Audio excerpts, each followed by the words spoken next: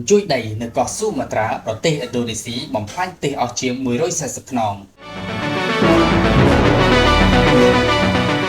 ការរញ្ជួយដីដ៏ខ្លាំងមួយបានវាយប្រហារតំបន់ឆ្នេរសមុទ្រនៃកោះស៊ូម៉ាត្រារបស់ប្រទេសឥណ្ឌូនេស៊ីកាលពីព្រឹកថ្ងៃសុក្រទី23ខែឧសភាដោយបានបង្កការខូចខាតដល់ផ្ទះជាង140ខ្នងនិងកន្លែងសាធារណៈជាច្រើននៅខេត្តបេងហ្គូលូទីភ្នាក់ងារស្ទាបស្ទង់ភូមិសាស្ត្រសហរដ្ឋអាមេរិក USGS បានរាយការណ៍ពីការរញ្ជួយដីកម្រិត 5.7 រីកទ័រដែលកើតឡើងនៅម៉ោង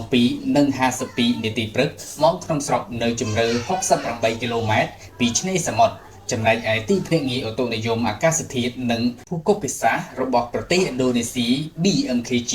បានកត់ត្រាការរញ្ជួយដីក្នុងកម្រិតខ្ពស់ជាងគេនេះបន្តិចគឺនៅកម្រិត 6.0 រីកទ័រជាមួយនឹងជម្រៅ84គីឡូម៉ែត្រអាជ្ញាធរបានបញ្ជាក់ថាមិនមានការគំរាមកំហែងរលកយក្សស៊ូណាមិទេការរញ្ជួយដីបានបណ្ដាលឲ្យខូចខាតផ្ទះសម្បែងជាង140ខ្នងនិងយ៉ាងហោចណាស់កន្លែងសាធារណៈចំនួន6ក្នុងក្រុងបេងហ្គូលូអ្នកស្រុកនៅតំបន់រងផលប៉ះពាល់ត្រូវបានគេមើលឃើញថាកំពុងរុះរើតាមគំនរបាក់បែកផ្ទះរបស់ពួកគេដើម្បីស្វែងរកវត្ថុមានតម្លៃរហូតមកដល់ពេលនេះមិនទាន់មានសេចក្តីរាយការណ៍ពីអ្នកស្លាប់និងរងរបួសនោះឡើយអាជ្ញាធរមូលដ្ឋានបន្តការវិតម្លៃស្ថានភាពនិងផ្ដល់ជំនួយដល់អ្នកដែលរងគ្រោះដោយការរញ្ជួយដីឥណ្ឌូនេស៊ីស្ថិតនៅតាមបណ្ដោយខ្សែក្រវ៉ាត់ភ្លើងប៉ាស៊ីហ្វិកដែលជាតំបន់មានសកម្មភាពរញ្ជួយដីខ្ពស់ដោយសារតែចលនារបស់បន្ទះផ្លាកែត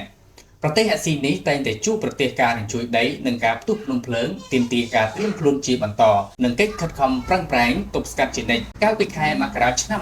2021គ្រោះរញ្ជួយដីកម្រិត 6.2 រីកទ័រដែលបានអង្រួនស៊ូឡាវីស៊ីបានសម្លាប់មនុស្សជាង100នាក់និងធ្វើឲ្យប្រជាជនរាប់ពាន់នាក់គ្មានផ្ទះសម្បែងកាន់តែអាក្រក់ជាងនេះទៅទៀតនៅឆ្នាំ2018ការរញ្ជួយដីកម្រិត 7.5 រីកទ័រនិងរលកយក្សស៊ូណាមិនៅទីក្រុងផាលូលើកោះស៊ូឡាវីស៊ីបានសម្លាប់មនុស្សជាង2200នាក់ដោយឡែកនៅឆ្នាំ2004គ្រោះរញ្ជួយដីកម្រិត 9.1 រីកទ័របានវាយប្រហារខេត្តអាស៊ីកបង្កឲ្យមានរលកស៊ូណាមិនិងបានសម្លាប់មនុស្សជាង 170000 នាក់ក្នុងប្រទេសឥណ្ឌូនេស៊ី